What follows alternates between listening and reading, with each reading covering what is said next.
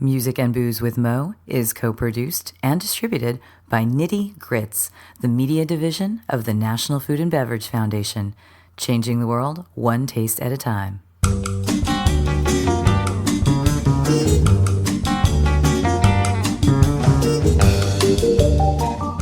Welcome to Music and Booze with Mo. I'm Mo Herms, and I've worked in the music industry most of my life, so have met some pretty amazing musicians over the years.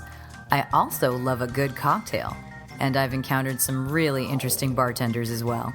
It seems that there's a lot of crossover, so when I can, I like to talk to musicians and bartenders about music and booze. Join us at the bar, won't you?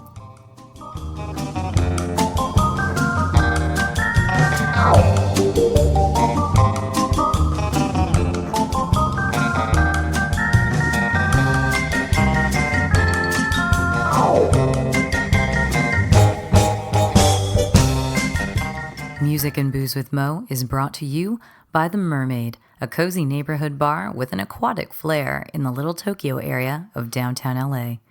Open 7 days a week, featuring tropical cocktails and snacks, The Mermaid also has a daily happy hour from 5 to 8 p.m. Follow The Mermaid on Instagram at TheMermaidLA to hear about upcoming events and check them out at themermaidla.com. Head to 428 East 2nd Street, Los Angeles, for a drink.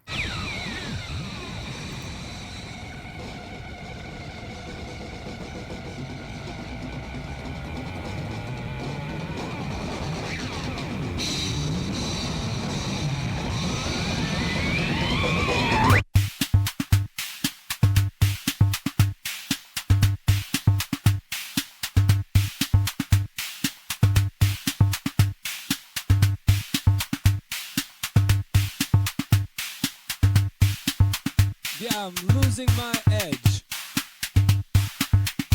I'm losing my edge. The kids are coming up from behind. I'm losing my edge. I'm losing my edge to the kids from France and from London. But I was there. I don't really remember when I met our next guest. His name is Anthony Schmidt, and I'm pretty sure it was at Noble Experiment in San Diego almost 10 years ago, maybe like 9 years ago. Regardless, he has since gone on to be a part of many, many, many amazing bar and restaurant projects in San Diego, being one of the leaders of the hospitality community there. I believe they started with El Dorado. You may be familiar with Polite Provisions or Raised by Wolves. There are several, and we're going to talk about tons of them. Now, finally, I got to sit down with Anthony Schmidt, and we could express our mutual love of LCD Sound System, which we're about to do. So make sure you keep on listening. A very good group from 1962 to 1978. Although I'm losing my edge. I'm losing all the kids to the Tokyo Brooklynites and Berlin and Little Jackets and borrowed nostalgia for the unremembered 80s. Just tell everybody who you are. And then I always say what bar you work at, but considering you're like a glutton for amazingness or something, because every bar that you've been a part of opening is incredible. Well, even the ones that you get rid of. I debate that. I know you do. That's because you're too good at what you do. Just good. That just means that we get even better experiences because you don't think it's good enough, and we don't know that it's not quite up to your level yet. Yeah. That's all. I don't know. It's tough to talk about how great the stuff I know. that you do. Well, just tell is. everybody who you are first.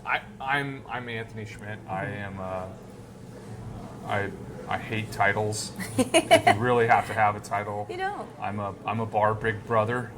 Nice. I'm a big brother to a group of bar managers here in San Diego, and we the name of our company is CH Projects. We operate soon to be 17 bars and restaurants. Wow. Yeah, it's pretty dumb, really dumb. I think when Some are multiple concepts. So as much as I want to tell you it's it's all cocktail bars. It really isn't that. Yeah. In that sense, but we do have a nice little portfolio of just cocktail bars. Yeah. So no kitchen, no food. We're very lucky to operate. We've made a couple of wise decisions in splitting some of our operations. So we hide cocktail bars inside of restaurants, which is becoming a little more of a common thing for us. And actually, when I first became aware of, now was it called Consortium before? And then it became for CH? a little bit it was For a called minute? Consortium Holdings. Yeah, and now it's CH. Now we've changed it to CH Projects. And I think the first time I was aware of Consortium was Noble Experiment. Right. But Crafted Commerce was there before Noble Experiment. No, it's right? actually the other It way was around. The other way Very, around? they were very close, the Okay. openings. Okay. So, and that's when things happened really fast for Yeah, us. and Noble Experiment was, to my recollection, kind of the first kind of hidden bar. Yes. And Yes. I mean, during that wave of San Diego bar happenings and stuff, that was pretty novel at that time. Correct. There was another bar, I believe it's still there. It's called Prohibition. Prohibition, that's Yeah. down the stairs. Correct. Yeah. So it's kind But of it was. hidden, It but wasn't not quite inside the of same it. thing. It wasn't inside of a restaurant. Still the same hidden bar aspect. So, and they were doing wonderful cocktails too. Yeah. It just there was something magical that very much through the design of Yeah. Noble, where you were in a pretty rambunctious beer bar Yep. in the form of the restaurant called Neighborhood, which we're actually in the process of remodeling, which has also added this really cool new aspect to Noble Experiment as in its current form, which is like a construction zone. So they're welcoming guests through the kitchen, but the same thing, that like intangible thing that we never could have really all the way predicted. Yeah. But it was this transformational process for the guest, and that's walking from a space that is one thing into another space that is entirely different, like shockingly different. Yeah. The first time I went to Noble, I think it was around 2011 or something. That's right when we opened. I was going to say, I knew of it, and I remember going there with my then boyfriend and standing outside and being like, I have no idea where it is. I Yes. have no idea how to find this. And we went around to each corner of that intersection. Because we just had the address, but we didn't know that you had to be sneaky or anything. And I think finally went into Neighborhood and said, so we're looking for, and they're like, oh, go back by the bathrooms. And we're like, wait, what? And we saw the wall and thought, okay, this is going to be one of these clever things. And I'd maybe been at like one other bar like that, Yeah. ages ago in New York. PDT, of course, I'd done that, but we Right. knew how to do that. So it was so wonderful. And when we went in there, it was exactly as you said. We went from like rowdy bro place into this like little hideaway with the skulls on the walls and amazing drinks and friendly everybody has bartenders. their own spot. It's very precious. It was very precious in the best way. Yeah. I was so happy. I'm like, I'm so proud of San Diego right now because I grew up here and there was never really anything like that. Right. And if I came down to the gas lamp with my father, what I would get all the time was him walking around saying, your grandpa told me this used to be a whorehouse. That was It's true. Yeah, I mean, everything. that was kind of, we took over when it all started with us. We were technically CH Projects, quote unquote, was two businesses that were operating in the same neighborhood in East Village here, Yeah. actually just right down the street here. So there was El Dorado and there was Neighborhood. That's And right. El at the Dorado time, is one of yours too. And I'd been there and well, loved it. That's kind of like how it all started with us. Yeah. Was like we were the two businesses. My business partner now, his name is Arsalan. He's also our primary designer. He wanted to do something really special in San Diego that he had experienced in New York, which is milk and honey.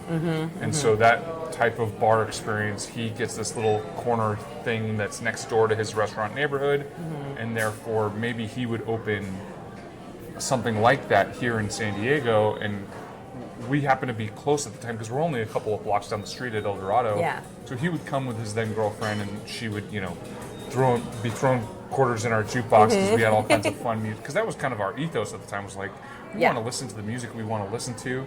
We want to drink the drinks that we think are quite delicious, fresh juice, really cool ingredients. I mean, at the time, So El Dorado was a model for what I wanted when I opened a bar.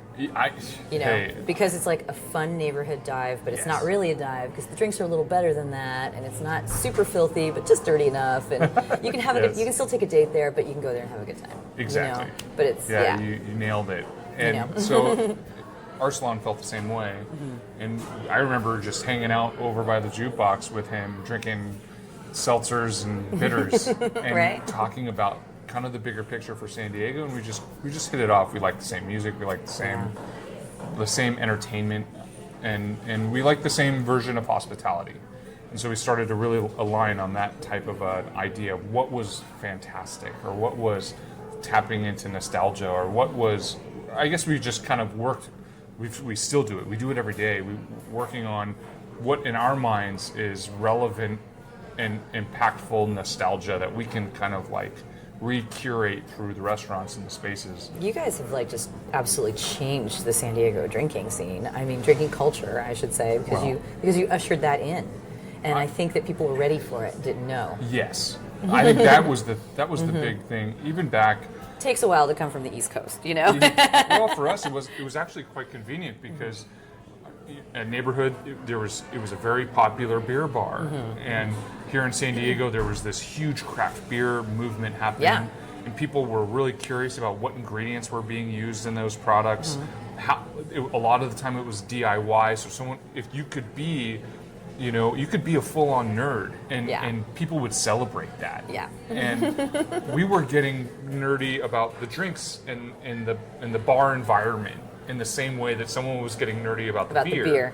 So if there's this built-in demographic that is starting to ask questions about the status quo and really challenge the way that everyone says it should be, but now all of a sudden there's this massive demand for maybe an alternative. We started pushing the same way with cocktails, and so we were rewarded very quickly. Yeah. And knock on wood, it's I know, it's all plastic it's up up here. here. I know, right? You're rewarded quickly. We opened Noble. I remember we opened Noble, and I couldn't even get my closest friends in Noble. It was booked solid. People were waiting. The day we shrunk our window for available reservations to only a week, and people would be like, I remember the hate mail that was coming in because people had been trying for X amount of weeks to get a reservation, and they could never get a reservation. I'm glad I go there midweek, because I know you've hooked me up a time or two, but I know better. I don't go out on amateur night. I always say that. It's so terrible. Yeah. Friday and Saturday, I'm turning older and older. I still hope that even on quote-unquote amateur night, you still get the same experience. I hope. No, well, of course you're going to get the same experience, because it's a certain size. Only so many people can be there, and everything's the same. But to me, I just am used to going out midweek, and everything just feels a little bit more relaxed midweek and everything. But I mean, you guys, it's like you opened that, and then it was just like the dam broke. Yeah, and it's true. More just kept happening. The dam really broke with Craft and Commerce. So 6 months later, we get an insane, an unprecedented lease for a space that was a pre-existing restaurant. So unfortunately, there was another group. It was an Italian restaurant before us, and it's kind of a dime a dozen in Little Italy, which is just a couple of blocks away from Noble Experiment. So we had some really nice synergy here across town, where you could go from one place to the other, and which is exactly what I did. It was always my list. It happened all the time. And so we kind of bounced off of each other in that way. And all 3 experiences were very dynamic, or 4 experiences were all very dynamic, between El Dorado neighborhood, Noble Experiment, and then Craft and Commerce. Craft and Commerce being kind of like the democratized, very open, very easily accessed. Essentially, if you combine Noble and neighborhood together. That's how I felt, because I'm like, you don't need the reservations, but it's so well done. The first time I had Japanese whiskey was at Craft and Commerce. Right. And I lived in San Francisco. And I was just not quite getting to the right places, and everything was just shifting so much. And so that became one of my stops. I'm like, I've got to go. It's super friendly. The drinks are fantastic. You just kind of chill, have a little snack. And from the business side of it, it was a very quick turnaround for us from going to scary investing times to a really wholesome return. Yeah. And it really did. It became the foundation with which CH was built on. We made a couple of really great gambles after that. A couple of, at the time it seemed insane what we were doing. And compare that, like I think about Ironside, which is just up the street from Craft Commerce, this crazy seafood restaurant. at the time that was that was a big investment at $1.5 million. Well, if you were to tell us that, okay, well, 4 years later you're going to invest $7 million into some stupid steakhouse. And this is born and raised. Correct. We would. That we place would've told looks you like you were the insane. inside of a luxury liner to me, like the Oh, yeah. Titanic. Yeah. Before it went down, obviously. that's- right? Yeah. that was the intent. Was that? Yeah. Yeah. I walked in and I'm like, it's just the beautiful wood, all of this, and then go up to the roof and you guys have the tableside cocktails. I Every think, in some aspect spot, is right? that is fully the intent. Yeah, born and raised, just amazing, amazing. I want to roll back to craft and commerce really quick because you were talking about the gamble of getting that place and then getting it, but you've made massive changes there a couple years ago. But if I remember correctly, it was something you wanted to do for a long time, and then the opportunity finally arose. Again, when we got into that space, there were limitations with how much output we could do, right? So we ended up expanding. We doubled the restaurant floor size, and in the process of doubling the restaurant floor size, it put a tremendous strain on the kitchen space. The kitchen space was quite tiny. So then fast forward a couple of years, it's still kind of going through the motions. It was very difficult to operate, and that stress kind of like slowly but surely lingered for quite a while. Yeah. And over time, the quality of the food started to diminish a little bit, and we made some sacrifices that people were not really all that patient with. And so for us, our logic is, okay, maybe we should invest in this space in a new way. And right at the same time, the building presented us with the opportunity to expand the space a third time. So we went back and said, hey, look, we want to redo this kitchen, and we want to make the kitchen exceptional for the restaurant giving, right? Because if we expand even more, then we'll need an even better kitchen. And so we had this little bit of extra space, and then of course, I'm chirping away, and my partner's here, like, yo, there's Martin Kate, who many people in the fancy cocktail world know, and the tiki world know. He opened Smuggler's Cove. He's been a big part of the tiki movement and the rum movement, especially, which I think is way more beneficial to us long term. I mean, a lot. There are people even within the tiki world who say Smuggler's Cove isn't necessarily a tiki bar; it's a rum bar. Yeah, and I think that's. I mean, that's a true and false statement. I think you can debate either side and win. Yeah. But he has definitely. He really does live and breathe tiki. He lives and breathes sourcing great products too, and I think that those two things are very rare. Yeah. Where he's done a lot to educate people. Oh man, he gets the theater of it, and he gets the theater of going to a bar. Probably better than most people that I know, other than my partner Arsalan, who's designing these places. But I don't know of anybody else who really fully, quote unquote, gets it like that. Yeah. But he does, and not to mention that he backs it up with really strong research in the products he sources. And so for us, he was always a special entity because he was regularly in San Diego and regularly at our locations.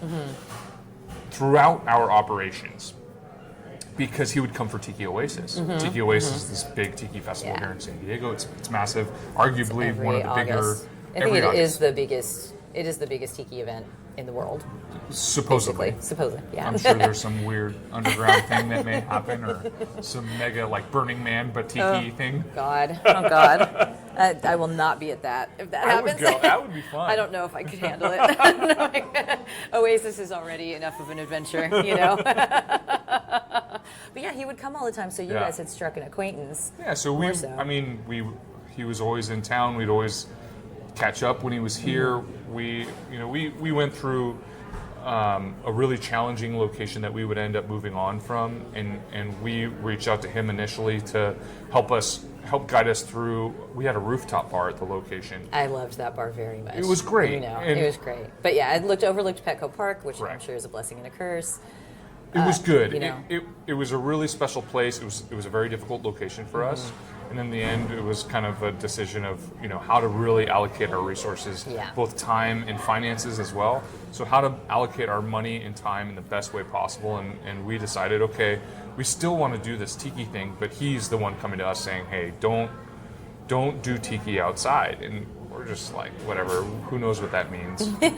We just want to do tiki. Because I remember that was your first stab at having a tiki bar, because right. although it wasn't, I mean, it had a nautical look and everything. But let it be tropical. Yes. was the advice. Yes. And it was great advice. Yes. So we did a bunch of mojitos. We did a bunch the of drinks passion were fruit fantastic. cocktails. They were good. They were so good. And then that became its own challenging location. And so right as we're passing on from that, we get the expansion going at Craft and Commerce, and we turn that extra space into a hidden bar, immediately go back to Martin and get him involved, get a local artist who's also one of the... This was Bosco, right? Bosco. One of the I mean, probably one of the most important core figures in rekindling the tiki movement. And, I mean, he's very sincere to the art form of tiki. Big time. So it's beautiful work. Every carving that's inside falsetto, which is a lot. Yeah. There's like a whole wall, right? One whole wall is just panels. 3. Isn't it? Oh, yeah, 3 of there's those walls 3 are of them. panels? Yeah. I'm just like in my mind right now trying to remember. It's covered. Yeah, it is place covered. is covered. It's covered, but I couldn't remember if it was covered with the wood panels, like on yeah. every side. Covered. Yeah. And then there's the rock wall. Right. Yeah, the dumbest wall in San Diego. It's awesome. It is awesome.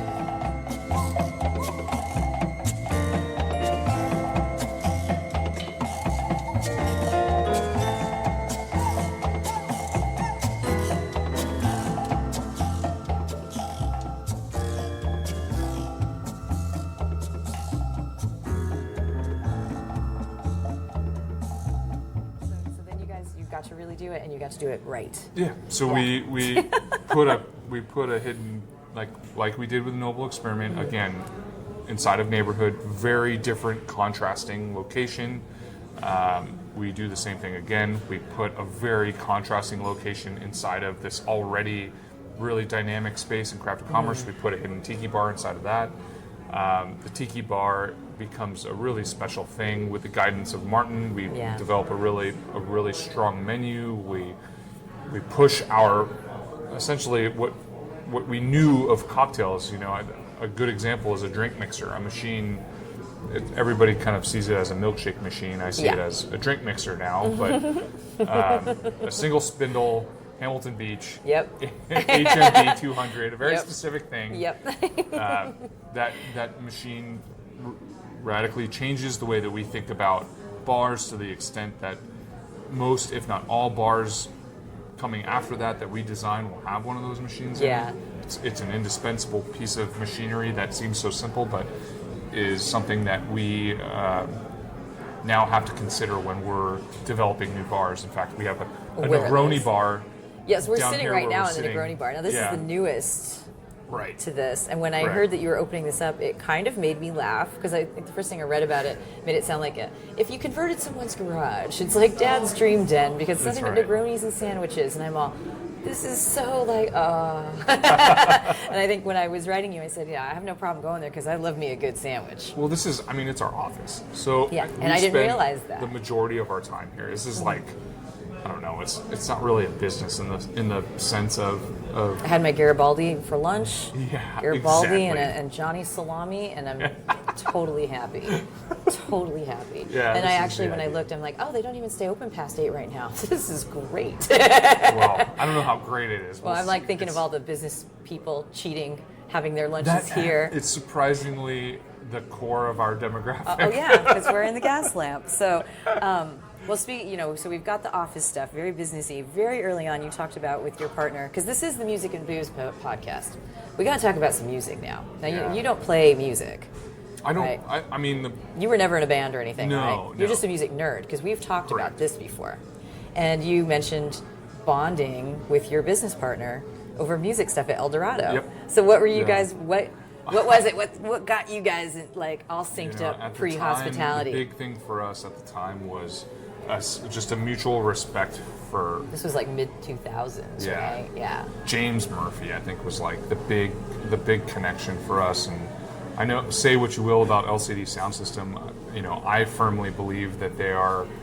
I kind of think of generational music icons, or something that like we'll look back on and think of as timeless. Yeah. And I just think when that he first came out, the first record came out, I'm like, this guy lives in my brain. Yeah. That was the first thing I thought. Well, he has my record collection. He lives in my brain. He's been listening to the same stuff I've listened to. Yeah. And I think Losing My Edge was the first one I heard. And everything he was saying, it was like he's kind of begging but teasing. Yeah. He doesn't really hate. So those but he's lyrics kind are of actually up. Arsalan put them in Craft and Commerce. They if are? you look above the kitchen pass, it's Shut up, the really? lyrics to I'm Losing My Edge. All yeah. of them? Because that's like I don't a know lot if of it's lyrics. all lyrics, but It has to be just I think it's some just of the choice lines. Yeah, I think it's just the chorus, I believe. Okay. So when he starts explaining I'm losing my edge, Yeah. yeah. So we're probably in the same age bracket, which is why it struck us.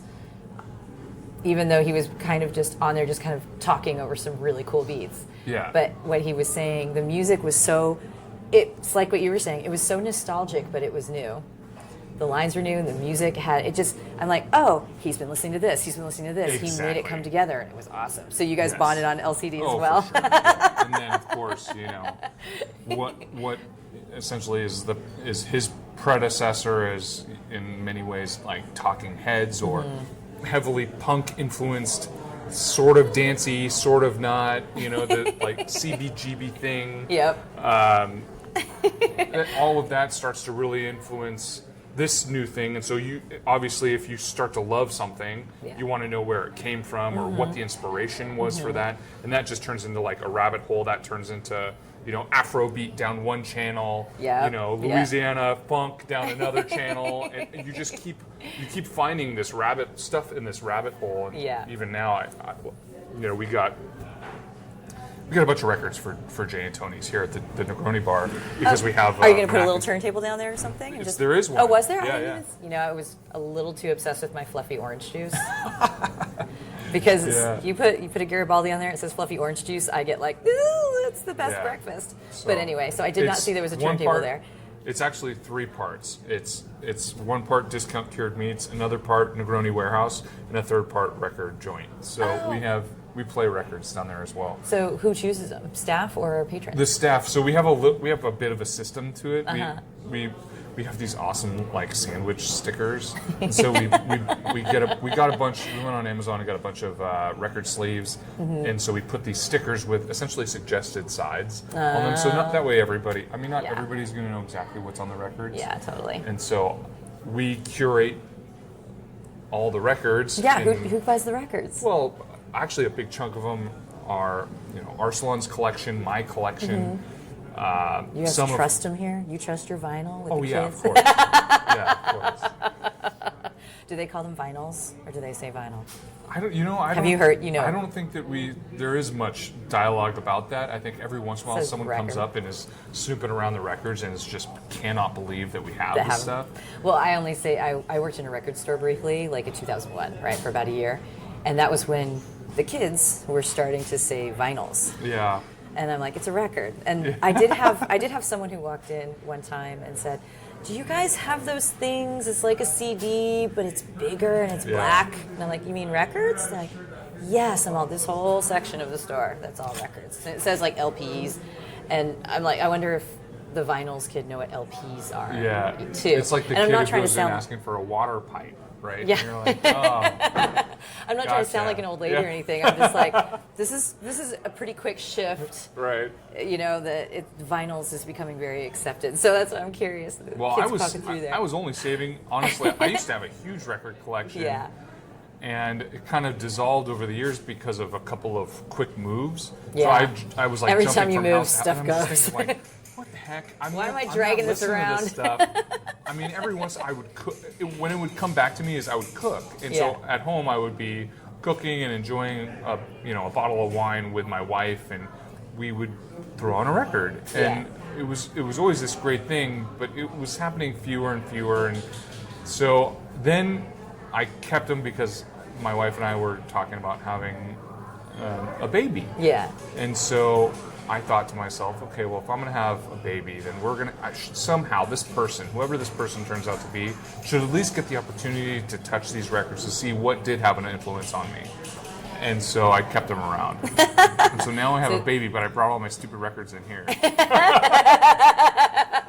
Well, which ones did you want Well, you have a daughter, right? I do. Yeah, She's so really cute. How old is she now? Is she She's like a 2 or year and something? 2 months. Oh gosh, she's just gone over a year. Yes. Congratulations.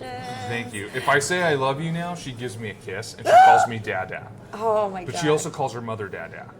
Well, you win. I win, right? Okay. You win for now.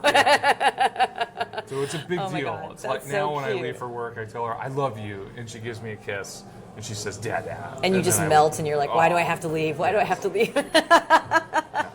So what records do you want to play for her? Oh, you know, it's funny you say it because one of the I records mean, that we she's have probably here. starting already to listen. Well, kind she of. you know what she loves is the Grateful Dead. Really? She loves the Grateful Dead. Yeah, China Cat Sunflower. You see this little kid like bopping around in her high chair. It's just like so. I don't know what it is. Obviously, it's a very catchy song. Yeah. But, They do have it. They do sound pretty cheerful. exactly. You know, if you think it's about like, it. It's like adult Teletubbies. Got it. Oh, we totally have the right audience for this. So, what did you bring here? Well, like I brought You didn't I had bring a bunch of everything Fela here. Kuti. I had a bunch of Talking Heads. Arsalan brought LCD Sound System, and which was really cool because their first album is only 8 songs. So, and when I'm looking at the record now with what I know now, he made that record to be a record. He Yeah. made it to be Oh, yeah. a record that he could play. that's because he's still one of us.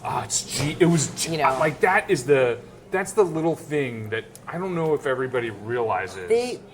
There's a segment of people who realize that. It's amazing. I have a What friend a- who's a what a recording s- artist, and whenever he puts out an album, and he keeps it a certain length. In his mind, he's like, this should be around 45 minutes. Yeah. He's like, if it gets to 50 here, he might have like a 8-minute song Yeah. on there, but then there'll be some shorter ones. They seg, there's a story being told, even if it isn't like, it's not necessarily a rock opera kind of story, but just one song goes into the other. There's a method to the madness narrative. kind of thing. Yeah. Yeah, there's some sort of narrative. And I think maybe that appeals. One of the reasons I started doing this podcast is I've just met so many musicians who are bartenders or bartenders who are musicians and musicians who, when they were giving up music because maybe they were aging out of it and realizing they were never going to get big, or they made a lot of money, bought bars or went into this. And I saw it all as like a creativity being expressed in some way. It's like painting or creating music. They're creating cocktails. The palette's really good, but I think you reading into knowing that thread of an album goes into that same thing. Absolutely. Because you like to present a concept. You want someone well, to walk the into your bars spot. and the restaurants are albums. Yeah, right? You should be able to go in there and understand there's a cohesive experience, right? It should flow from one thing to the next. But if you sit in one place and fall idle, if you sit at the Yeah. bar versus you sit at a table, or if you sit at one table versus another table and Yeah. you face one way and you face another way, you'll see and experience new things that you didn't experience the first time. Well, that's because it's another record. It's Right. album 2 by that artist or Right. something, See, this makes me want to ask you a question that you will not be able to answer. I mean, you Let's could. try first. Well, this is the thing. No, the reason why is because I'm sitting here in my brain going like, oh my God. So I'm basically thinking, what is the album that personifies each bar? You know what I Oh, mean? shit. See, that's why I'm saying this requires a little more thought than we probably have time for. But you know what I mean? Let's see if It's I can like, pin one. We but it's actually like- did this. We just did this experiment with Craft and Commerce, part of our relaunch. The oldest cocktail at Craft and Commerce is Lay Lady Lay. It's a Phil Ward cocktail. Yeah. So, go figure. And so now we're gonna start to phase into this like. I don't know. We had a really wonderful trip recently to Austin, and of course, as you know, Austin Yeah. is just the honky tonk heartbeat. Yeah. Yeah. It's And they also magical. have really, they've changed so much. I spent 15, 18 years going there for South by. Right. So when I went there for the longest time, it was just, beer, Tito's, tacos, and, that's all fine. But then within the last couple of years now, I know Chris Bostic over at Half Yes. Step, and, just things have started happening. rock and roll, and I mean Bostic. I don't know if Yeah. he still does it, but I hope he still does. He wears a. If you ever catch him, this is for everybody else too. If His- you ever catch Bostic, on a good one, ask him to play his harmonica, and he should be wearing one on his neck. He's got one. It's like a freebie for you. He is, and he's got some pipes on him too. He's a very talented young man. So just I'm sure he hates the fact that I'm saying this right now. No, I don't think so. I think he'll be fine with it because he loves the attention. He does love the attention in just the sweetest little way. But yeah, I mean, Austin's one of those towns, kind of like San Diego, and that they kind of did this whole like, you know what, people come here and they love our barbecue and they love our tacos, and we're pretty good at what we do, so let's step it up a notch. But it still is very Texan. It still feels very Texan. Whereas like still here, all this still feels very San Diego. Yeah, you just brought out these wonderful elements. That's an identity that in some ways it works for and against us. Yeah, we're trying to kind of like the bigger our projects get, the more risk that goes into them, and so I think that we're getting to this point where we're investing so much into these stupid locations that we're starting to second guess ourselves a little bit more. Lay, lady, lay, lay across my big breast bed.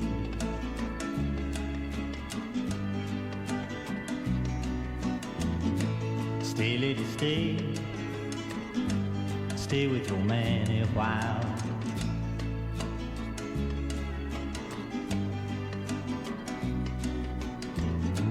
Until the break of day, let me see you make 'em smile. Well, then we were talking about Lay Lady Lay, and you were saying, well, Yeah. I don't know if that was turning into like a music program that was happening at Craft and Commerce, but what I had in mind was like, what record personifies this T&J's? What is the record? What record personifies False Idol? You know what I mean? False Idol's easy. False Idol should be easy because Arthur Lyman Taboo. Yeah, right. Is pretty. It's pretty simple for that Yeah. one. So for some, I think it probably would be easy for you to say, oh, that's this. This is the part. Like El Dorado. Yes. El Dorado is something a little more CBGB, a little more punky and radical. At the time, it was very electronic. So I don't think that Talking Heads is a little more cultural than we'd want to like, reference. I don't know. Is it more like Suicide or something? Yeah. Or even Blondie. I don't know. Could be an era that would of be Blondie. there you go. For That would El be Dorado. a good reference. Is you could probably peg some Blondie, as much as they would probably want to buck that mentality. Yeah. That really is the thing that turned into disco. Totally. That there was disco is kind of came out of that upbeat punk rock thing that happened, a little more accessible, a little more sexy. Anyway, yeah. That electric disco was very much El Dorado in its prime. It's only this time. I'm like, I do have more time, but I know you have a lot of work to do. I'm okay. So, are you okay? Yeah. Okay, well, let's talk about music some more then. So, you kind of brought up something else I like to ask, which you brought up a little bit, is, drinks that, are you creating cocktail menus at this point anymore? Yes and no. Yeah. You're working with the bar manager in each spot kind of thing. So with essentially I bring... This will get back to music. I promise. That's great. Like I said, we're designing a reissue of our Craft and Commerce menu. Yeah.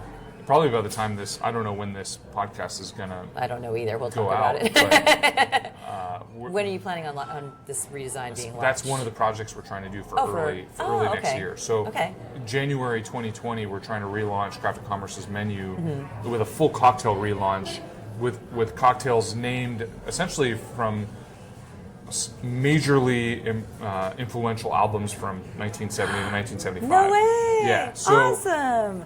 Again, taking this ethos of Lay Lady Lay, but folding it into there's like a woodsiness and a rusticness that really lends itself well to country and honky tonk, especially. So there's one of the names of the songs is George Jones. There's Big Iron is on the menu in another version, and there's Electric Ladyland is another one of the cocktails. So we're trying to pepper in all these really What made you guys decide to take this particular route for?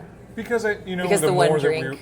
well, no, it actually happened recently. We've begun this circuit of and it's been very hard for us to do is dining in our own restaurants. I know that sounds crazy, but No. We're actually going in and visiting these places, and that's been a really hard thing for us to do, and because it comes through a filter of all these other. When we go in there, there's instant anxiety among the staff. Oh yeah, of course. We have to work against that because it's the only way that we can really get a sense of how the business is doing is to go in there and experience it in the best. And we know that it comes through that filter of all this other stuff. Yeah, but, but when you're sitting there, you can watch everyone else and see the interactions of we get to everyone. look at the glassware. We get to look at the plateware. We get to taste stuff. We get to think about how it fits or how we've maybe over time. And I think this is this great place that we're at now with some much older businesses. How does what we started with, what we initially set out to achieve, versus what it is today, and how are those things? Are they still connected? Have we lost our like mission statement essentially, or do we need to revise our mission statement? Does it need some editing? And so we went into Craft and Commerce and kind of had this like initial sense of what we wanted to do with the remodel, and we wanted to make the food really exceptional, and we did that. But in the process, it lost its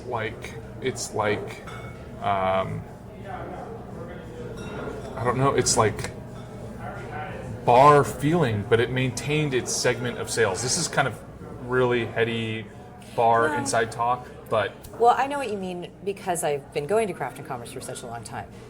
To very quickly explain, Craft and Commerce has an unprecedented segment of sales where they do half cocktails, half food, and then the other two is wine and beer and some retail, but they're very inconsequential compared to those two big segments of the pie. Whereas at a place like Ironside, our seafood restaurant down the street, it's 15 to 20% cocktails. Yes. A much bigger portion goes to food. I think that's normally how it would be. Very typical. In a spot It's like a very that. typical restaurant. Whereas at Craft and Commerce, it's unprecedented that there would be such an even 50-50 situation. Is this just because you expanded the bar so much or something? Because I think it just it was always that place that had very passionate service staff, very very passionate bartenders, very passionate servers who knew a lot about those products. I tend to think of Craft and Commerce as a great bar with amazing food. Exactly. And I think that when we went through our remodel phase, I think we kind of lost sight of that. And again, it kind of like the finger comes back pointing at us. But now we're going back in there and we're thinking about, okay, a lot of this food should be consumed from hand to mouth as opposed to fork or spoon to mouth. Okay. And how can we do this so that someone who can socialize and have a quick snack while they're standing and listen to this incredible, timeless, classic rock and country and R&B and funk and all this upbeat stuff. And sure enough, so we just, as a little test, we started going pretty consistently back to Craft and Commerce, try to dig deep, write notes, figure out what was not quite fitting from the past. This is to the so present. psychological. Oh yeah, big time. What you're doing here. And we start plugging in the playlist from the albums from that time period, and sure enough, it felt right. It felt like the atmosphere and the food that we were starting to tinker with, and the cocktails that we were trying to change. Oh, that's interesting. And it seemed to make more and more sense as we started going through the practice versus this ultra refined, almost trying too hard fancy. I was going to say it was feeling a little too fancy. Right. Oh, that's fascinating. Because already I'm like, ooh, when are you going to launch all this? Because I want to come in and feel that because I know how the vibe will be. Yeah. I used to program music for restaurants and bars for a decade, actually, in the 2000s before the Spotifys and all that stuff. And that was always a conversation I would have. I'm like, what kind of mood do you want here? And also, what are you built? What is your building material in here? Because you can't play New Orleans music if you've got a copper roof. Right. Can't do that. But I can totally, there's a warmth to that particular brand of classic rock that you're talking about. Well, you know what? Maybe your daughter was the prophet on this one, in a way. I hope so. The way that she's reacting to the Grateful Dead is a little bit of the vibe I think that you may be pushing out at Craft and Commerce. That's right. By doing this. Yeah. In fact, look at this. Good thing you had Cosmic her. Charlie's she's wise beyond her years. There you go.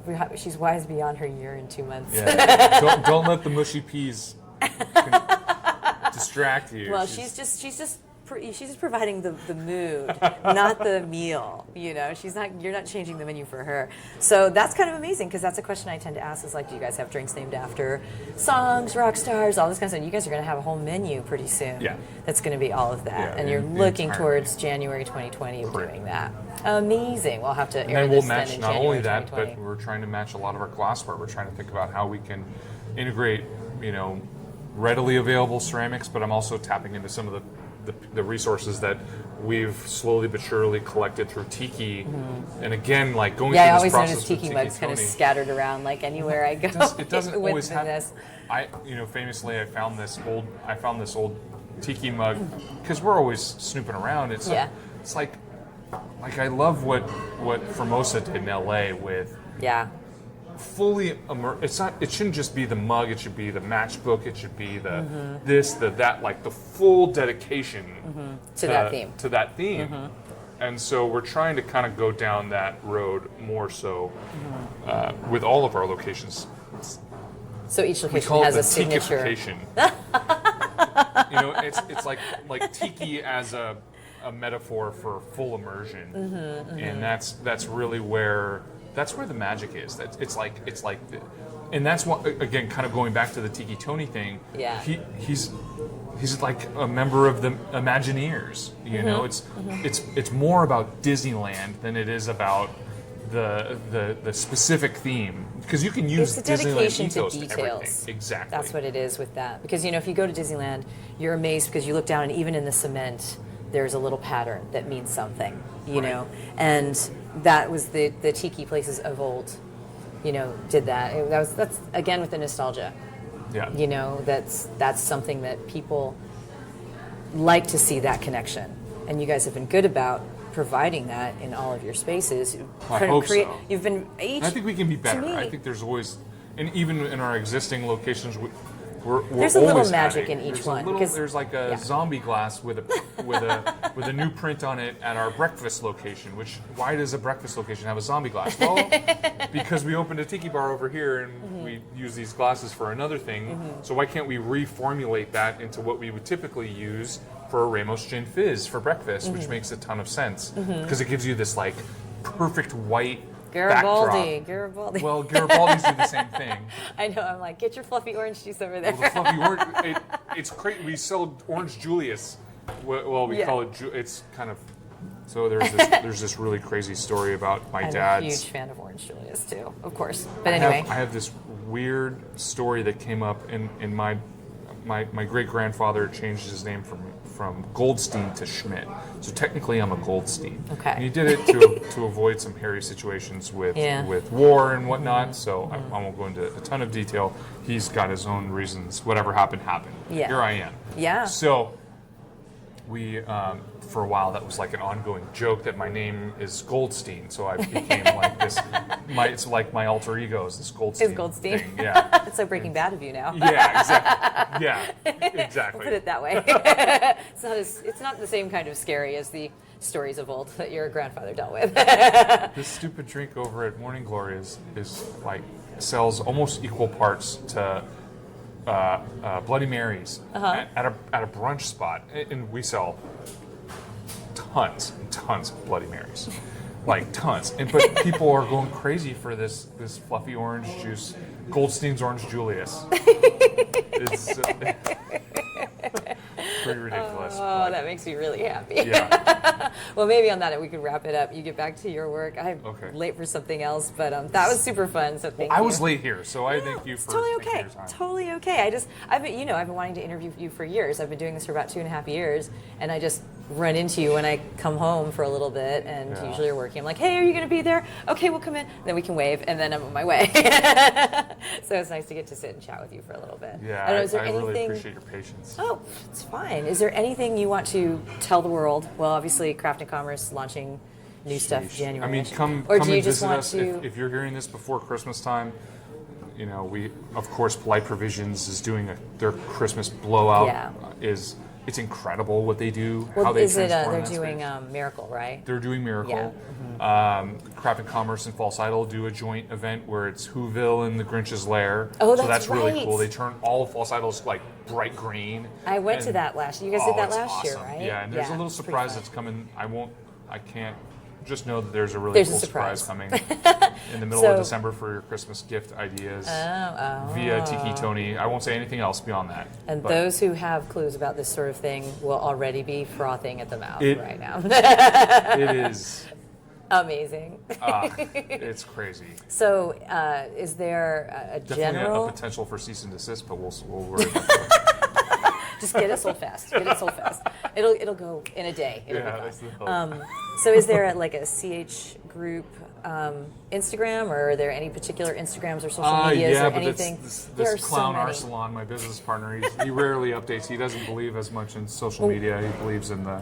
But all of the- these spots have, maybe what's Yeah. the website people should go to if The they want to see website is the breadth? ch-projects.com. That's, we're probably, we dedicate the vast majority of our energy into operations. Yeah. So if you're looking for, probably one of the better opportunities for you is through, I want to give a cross-reference to Hungry Bartender, Eric Castro. Oh, Eric Castro. Mhm, He's involved in a couple of our locations, Yes. is posting quite regularly, but of course he does a lot of great stuff just like we're doing right now. That's always a great opportunity. Yeah, so Ironside he's- Chef is another one that you're going to want to follow on Instagram. He's So Hungry Bartender is Eric. That's correct. But there's also Raised by Wolves, and he often is posting from Raised by Wolves anyway. absolutely And Polite Provisions. Yep.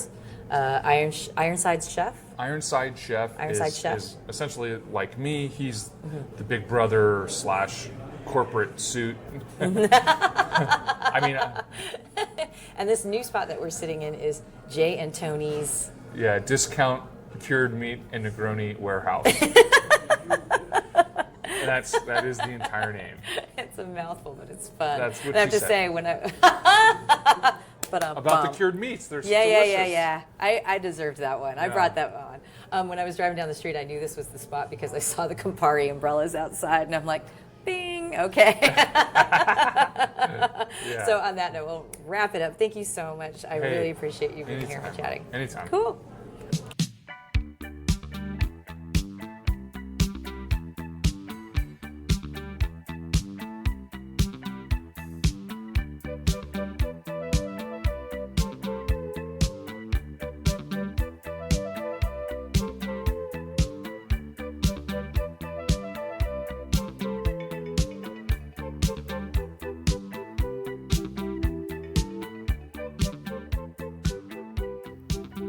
So there you go. You have many, many places to visit in San Diego if you don't already live there. If you live there, there are so many great choices these days, and I'm so proud of how far my hometown has come. But if you get this podcast listened to in time and you're in San Diego, then you know that on Saturday there will be a very special mug release party. Is it Saturday? Was it Sunday? I can't remember already. That's because I don't live there. So I don't want to be jealous about all of you that will get to go to False Idol. Check out their Facebook page. I'm sure the info is there on their Instagram to get this very limited edition and fun holiday tiki mug. And of course, there are so many places to check out. Next time I'm down there, I'm definitely stopping at J&T's discount meats and Negroni bar warehouse, whatever he called it, because the day I was there, I had that Garibaldi and it was one of the best I've ever had. Fantastic. Raised by Wolves, of course, an amazing location, really beautiful space, incredible space. I'm floored when I walked into that place. Polite Provisions is always a blast. El Dorado is a good time. Ironside for oysters and delicious cocktails, really delicious cocktails there. All of their spots are just great. And of course, there's always the original, for me anyway, Craft and Commerce and Noble Experiment. Can't wait to go down there and get into all those spots again sometime. So thanks for listening. Make sure that you check out all that San Diego has to offer. I sound like I'm the San Diego Tourism Board right now for cocktailing, but there's so much there. It's so much more than just beer, in case you haven't been to visit. And thanks so much, Anthony, for sitting with me. Just so you know, I went on a total LCD kick, LCD sound system that is, after we did this interview, because why not?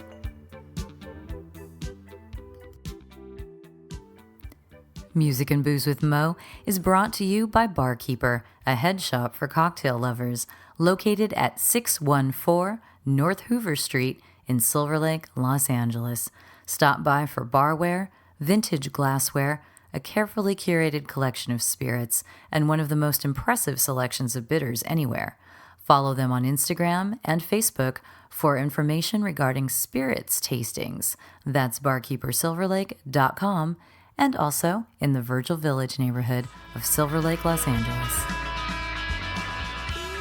Thank you for tuning in to our barroom chats on Music and Booze with Mo. For more info about today's guest, or if you want to connect with me, check out my Facebook page, Mo Herms. Please subscribe to the podcast and feel free to tell all your friends about it. While you're there, give the show a rating and a review. It really helps to get the word out. If you want to hear the playlists our guests have curated, search She Be Mo on Spotify, SHEBMO. Find pictures of the interviewees and the cool stuff they create on the Music and Booze with Mo Instagram account. Lower your expectations and join us at the bar. Till next time, cheers.